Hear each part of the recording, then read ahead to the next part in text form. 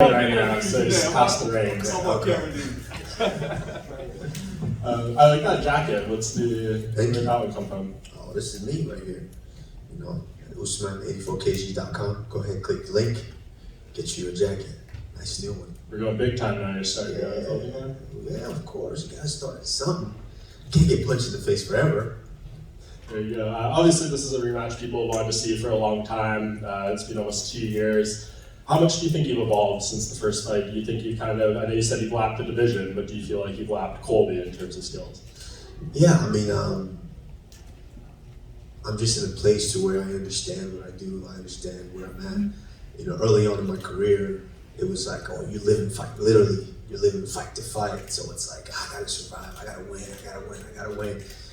I'm in a position now to where it's, you know, I just want to perform the best that I can. I want to continue to have these legendary performances because, you know, I have a lot less to go than where I've come from. So, want to make it memorable so my daughter, my kids can look back one day and say, wow, Daddy, you did that? You know, so that's really what I care about right now. Just this night, I mean, the teammates, obviously Justin and Rose, can you give us some insight into what the training for this has been like, and obviously you being the one that's going to look to try to close the show for the team? Oh, it's been phenomenal. I think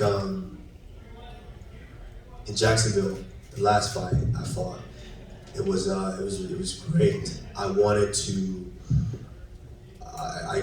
Rose on that card as well, and you know we were able to make it happen. And obviously, you saw what we produced that night, but we felt a little incomplete. Yes, Justin was there, so it definitely helped us feel better, but we felt a little incomplete because we didn't get to watch that madman throw down. So, you know, as soon as, you know, this was a tentative date that we were looking at, I said, yo, how about we get Justin on that too? And of course, our wonderful manager, Ali Abdelaziz, was able to try to make that happen for us. And for you guys, it's going to be a treat as well. And you're never short on confidence as it was, but to do what you did to Jorge Masvidal in the last fight, what did that do to just your self-belief and just, you know, not only knowing what you can do, but seeing it put into practice? A lot of this is manifestation in the work that I've put in. You know, you put in a lot of work for years, like, and I say it, and I know I say it, it's kind of hard for people to imagine, but you know, I was putting in work when I didn't know what the hell I was doing. I was putting in work just to work, hoping that one day it's going to turn into something. And it eventually did. Of course, you visualize and you imagine all the things that you want to do. And I knew it. Right after that fight, I don't know if you guys ever saw the video on Anatomy of a Fighter. You know, shout out to my man, Will Harris. I was backstage and I was just unhappy. I was unhappy with the performances, like I mentioned earlier. I want to go out there and leave these performances to where when I'm done, I can look back and be happy with. And I was unhappy with that. I was like, no, you know, yes, it was tough because I took the fight on 6 days' notice. And as hard as it is to believe, I went through more adversity than he did. But of course, mine wasn't published because I don't need to do all of that, you know. And going out there and still performing like that, I just didn't feel like that was my best. So I wanted to right that wrong. So of course I was confident. I knew what I was able to do. I knew what I wanted to do and I knew what I was going to do. I manifested it, I saw it over and over, trained it, practiced it, went out there and to put an emphatic finish like that on for the people. It really lets you guys know what I've been saying for years. You know, I'm the most vicious and most well-rounded welterweight there's ever been. And I think that proved it. You mentioned righting it wrong with Masvidal. What about Colby? Is there anything from that first fight that lingers with you that you want to correct in this one? He's obviously said a ton about the refereeing and claiming you fouled him and this and that and the other thing. Is there any of that with you that you are hoping to correct with this win? No, nothing lingered at all. I mean, you know, like you guys saw the viral video of me and him talking when he turned red. It's simple. It wasn't a decision. I finished you. And of course, he did the best he could. I actually like the fact that, you know, he stuck with the excuses and he kept making the excuses because, again, it made you guys all want to see that again, right? And so, yeah, he did a wonderful job there. But he's saying, oh, it's a fake eye poke when the masses watch you finger my eye. You know, he said it wasn't a nut shot, and I got 5 minutes. It grazed my cut. That's true. And of course, as a man, when your cut gets grazed, you anticipate what's coming after that pain. And I was anticipating the pain, and then after about 30 seconds, you guys can go back and watch the video. Literally about 30 seconds, I'm like, yeah, that pain's not coming. Let's get scrap. Let's go. And we continued on. And you saw that the shot where I broke his jaw, clean shot. He was holding his eye. Did you guys see that? He was holding his eye. He was complaining to the ref that it was an eye poke, and even the commentator, DC, was like, and that was a straight right hand right on the button. And he said it was his eye. So who was actually claiming fouls here? You know, but at the end of the day, he's done a great job of getting the public to believe that. And, you know, I commend him for that. But for me, the wrong that I want to right is just kind of, in that fight, I fought with emotion. As much emotion as I was willing to display is what I fought with. And which is why I think I got hit quite a bit, but it was fun. I had fun. That lets you know that I got a little man in me too. You know, I don't mind getting hit. But I would say I want to make it a little bit more flawless this time around. And 2 more quick ones. How much do you just look forward to putting this man behind you? I assume if you beat him again, there won't be much talk about a third fight, at least for quite a while. So is that something that you are keen to have happen, just no more Colby Covington being brought up to you? I don't know. I don't know, because now I'm in the business of pay-per-view. So I don't know if I want him that far back, you know. Of course I want to go out there and stop him. But, you know, I want him to quickly make his way back so I can stop him again for a little bit more money. And last thing, I'm sure you're going to be asked about Hamza Chimaev Punty this week. I remember I interviewed you earlier this year, and I asked you about him before he had to take all this time off, and you said, all respect to the guy, you showed no ill will. The fact that he seems to be getting a very quick push where he had to do 9 fights before he got a title opportunity. What are your thoughts on him now? Is he someone that you see quickly coming on your radar? First and foremost, you know, he's done a tremendous job with the opposition that he's being presented with. You know, no shame in that. He's doing great. You know, I like it. I love all the hype that's being there. Like, let's all be honest. You know, life is not fair. You know, we learn that as kids. You know, life isn't fair. So I know, you know, some guys get a faster push, some guys don't. But it is what it is. You know, more power to him. You know, he's doing a phenomenal job with the position that he's being put in. So, you know, hats off to him. As far as me, you know, I'm at a point in life to where I'm starting to understand, you know, how much this takes from me. And, you know, I've been 9 weeks now away from my daughter, and, you know, FaceTime does help, but it doesn't do it justice, you know, as far as being there each and every day. So, you know, obviously I don't know how much longer I'm willing to do this, you know. They have to make sense for me now. So if he's able to get there, then, you know, we'll talk about it at that point. Come over here. First of all, is your knuckle okay? Yeah. But no, it's okay. You know, when you wrestle, when you scrap a lot, you might get a scratch here and there. You know, of course, you gotta put a little bandage so you don't bleed all over. And before Israel's rematch, Marvin Vettori, he kind of pointed to your fight against Jorge, where you didn't have to take that fight. You still took it to answer the questions, and he viewed that as starting the second lap, which he's now doing. So is this the start of the second lap for you around this division against Colby? The start? I'm running. I'm sprinting past these dudes. I'm looking back and smiling at them now. You know, this is a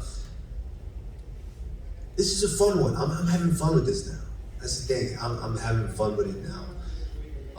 Like I've said before, I've been classically trained in all of this, in this sport.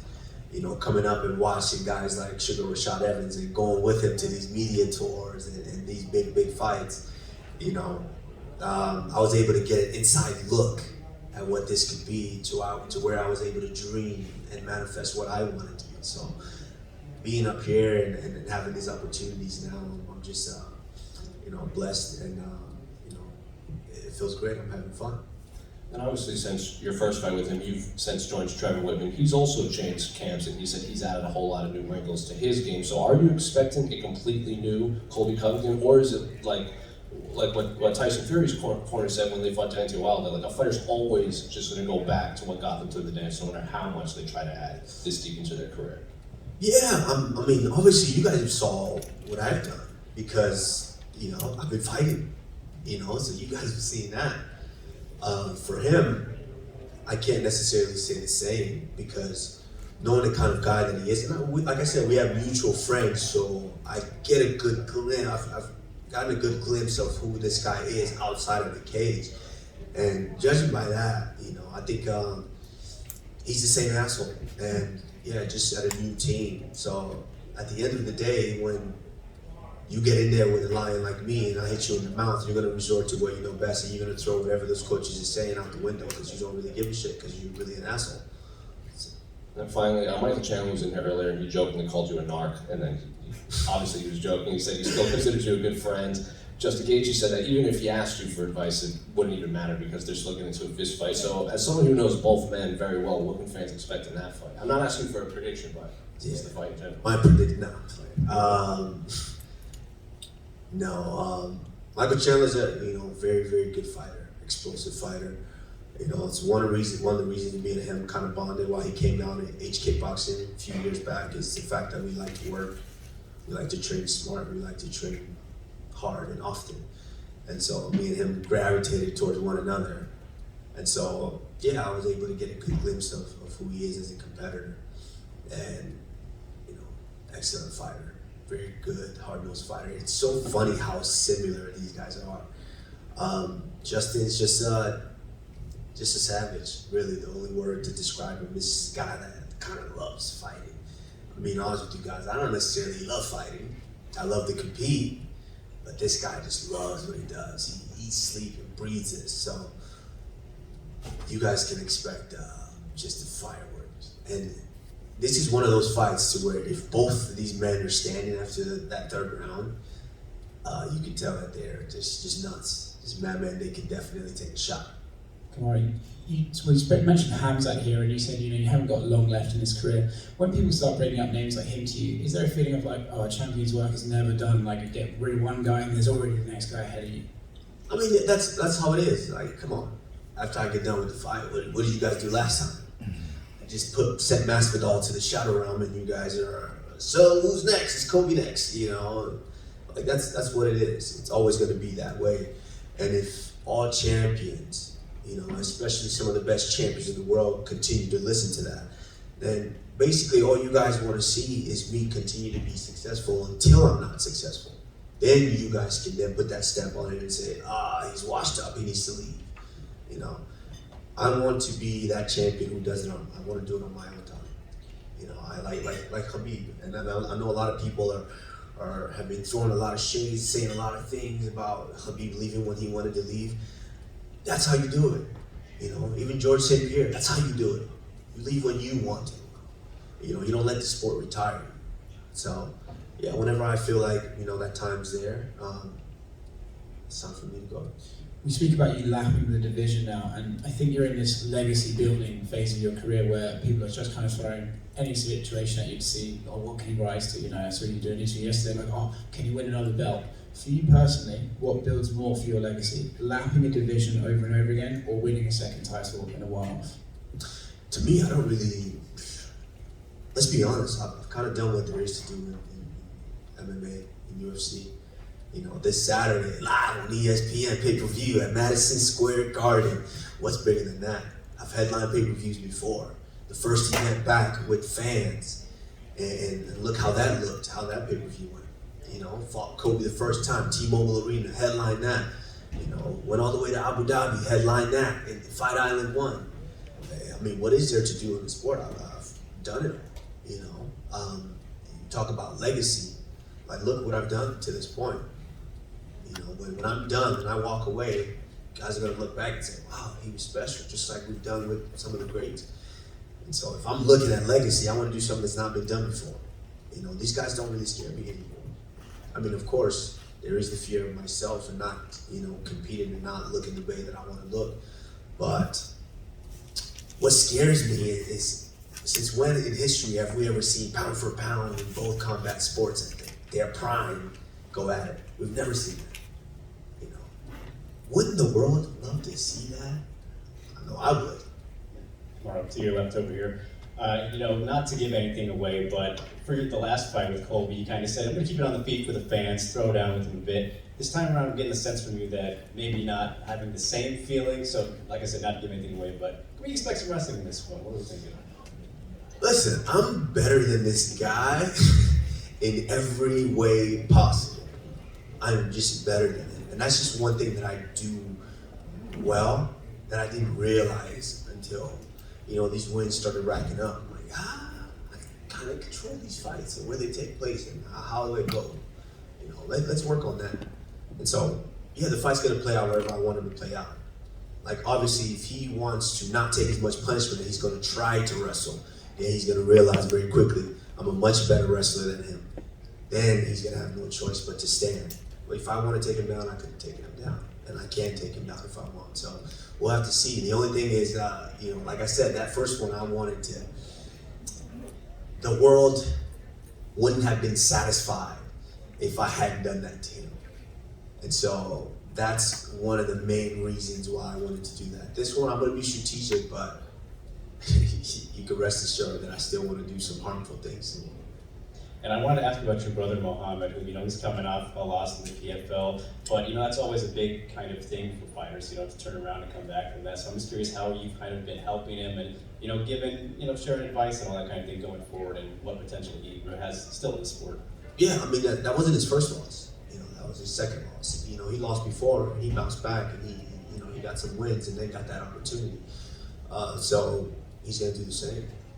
He right away, you start to realize, maybe I'm not where I want to be yet. So let me get back to the drawing board. So since then, he's really made the move out to Colorado, and he's putting a lot of emphasis on his training. So, we want to make him the savage that he wants to be. So eventually he'll get there, and you guys will be talking to him, not me. Best of luck. Tomorrow over here on your right, you mentioned pound for pound versus pound for pound. I assume you're talking about CANELO ALVAREZ, the pound for pound top boxer. Yes, absolutely. Since when have we ever seen the pound for pound mixed martial artists go up against a pound for pound boxer, both in their prime? Not when they're old or retired and you're trying to pull them back, both in their prime. I think that's something that I think the biggest ever in history. And that's what I'm looking to do. That's something that scares me. That's something that gets me up in the morning. That's something that I might risk leaving my daughter for another 12 weeks for. So, we'll see. And that's something that I'm looking at. And, God willing, this Saturday we do what we need to do. And why not? Will you actively try to make that fight happen if you beat Colby on Saturday? I mean, yeah, pound for pound mixed martial artist in the world versus pound for pound boxer in the world, promoted by the pound for pound Dana White. Why not? Why not? Why not? And you're, coincidentally enough, you're actually going head to head with him this week. I know. Saturday. We'll see who does better. I mean, we're both in the business of entertainment nowadays. He's gonna entertain on the same night, so are we. We'll see who does better numbers, and then we're gonna sit there and we'll have a discussion with the pound for pound best promoter in the game, Dana White, and we'll try to make something happen. Have you spoken to Dana about this? Have you expressed this wish to him? Yeah, Dana's hearing about it now. I guarantee you. He's hearing about it now, and that's one thing that I love about Dana is if it makes money, makes sense. So hopefully we have that conversation. Who wins that fight? You or CANELO? Me or CANELO? Boxing too, right? Boxing, yeah, absolutely. I mean, come on now. He would dare come in here. Let's be honest. That's the thing is we have to pursue these guys because we're willing to take that risk. I don't know if they're willing to pursue us. Let's be honest. That, like I said, there's a reason that scares me. That scares me because, he's a master of his craft. And, he's used to these boxers. He's used to the boxing speed and the boxing, movements and things like that. We're different. Sometimes different can be good. What's wrong with giving them a different look? So of course it's a tall tree to climb, but we saw what happened the last time I was an underdog. Thanks, Mark. Thank you. Kamaru right here on the left. Kamaru, talking about the numbers, I know you're looking at some boxing and making that big money, but you are approaching Anderson Silva's all-time mark of those 16 UFC victories in a row. How much would it mean to you to break that kind of mark and prove just like you're the generational talent here in this time? That's interesting, and I've said it before early on in some of these, press conferences. I don't really look at that. You guys, I find out when you guys tell me, hey, you're approaching this number and that number and this number. I don't look at that. I learned a long time ago when I was 1-1 and saying, shit, I just lost. I'm not undefeated anymore. And having that talk with Rashad Evans and him telling me just take it one fight at a time. So as long as I continue to take it one fight at a time, all these numbers continue to rack up and pile up. So that's all I'm doing. I'm not chasing anybody, or I'm not trying to do this better than this guy and this guy. I'm doing it my way, and I'm just getting one win at a time. So when I'm done, I want you guys to let me know how great I was. The Hispanic fans noticed that Kamaru Usman's been rocking a Colombian national team jersey a lot. Are you a fan of the team? Are you just, loving the community? Talk to me about that. Of course, we love the Latin community. We always do. And my girlfriend's Colombian, so, of course, she's going to make you wear that thing. And it looked good on me. You see the colors, right? It was looking good on me. It was looking really good on me. So, of course, we rock it. Welcome to the club. Thank you. Come on over here on your right. Final question, come on. I was going to ask real quick. So you obviously started out as a wrestler. Striking has come leaps and bounds and leaps and bounds. At what point did the striking really click for you, or has it? Is there still some thing that you're looking to achieve with that hasn't happened, or have you felt that it's just I've got there to where I want it to be? No, I'm always growing. There's always room for improvement. The thing is, the striking's always been there. It's just going out there and having it come to fruition. Like, we all know that this is not a sprint; it's a marathon. It takes time to really learn and evolve in the sport. Something that my little brother's learning as well. It takes time to get there. I came in as a wrestler, having some of the best foundation, and then of course I went to a camp where I had one of the best teachers out there at H Kickboxing with Henry Hoof to teach me that foundation of how to punch and kick. And now having Trevor Whitman really fine-tune some of those intricate details to produce the results that I've been producing. I mean, it's just a perfect storm. I'm blessed and I'm thankful for the places that I've been with the coaches that I've been and the place that I am in life. I mean, this Saturday, headline Madison Square Garden. UFC 268 live on ESPN pay-per-view. You don't want to miss it. Go get that. But there was no particular fight where you felt, oh, this feels really good now. If I had to say one, I would say I fought Sean Strickland in, I believe, Buffalo, and I believe it was a little storm back and forth. It started when I fought Wale Alves in Brazil. A lot of people didn't know, but I torn cartilage in my ribs and I couldn't wrestle the last 3 weeks. But I couldn't pull out of the fight because I was instructed, you can't pull out of this fight. And so I had to fly all the way to Brazil and fight this guy without my best and my strongest tool in my toolbox, which is wrestling. So I remember in that fight, I knew I had to keep the fight standing because I couldn't wrestle. So this guy doesn't find out that when he kicked in my ribs, I might be out. So I had to stay on my feet, and I'm on my feet, and then I realized in that first round, these guys can't stay with me on my feet. They're afraid. They think I'm gonna wrestle the whole time. Why not stay up? And then towards the end of that first round, you go back and watch that fight. He was just done. He was gassed. I didn't really throw that many strikes, but he was so gassed because he thought I was going to wrestle the whole time. I looked at him and I spoke Portuguese to him and I told him, I know you're not tired already. We just started. So from that moment on, I said, you know what? I can do what I want to do in here. I don't have to wrestle these guys. So the Sean Strickland fight, we all know how good of a striker Sean Strickland is. I just wanted to just let it fly. And I'm doing all kinds of tricks. I'm doing a super double punch. I'm doing all kinds of things, having fun in there. And at that moment, I think I realized, it is what I make it in here, that I can do whatever I want. Come on over here on your right.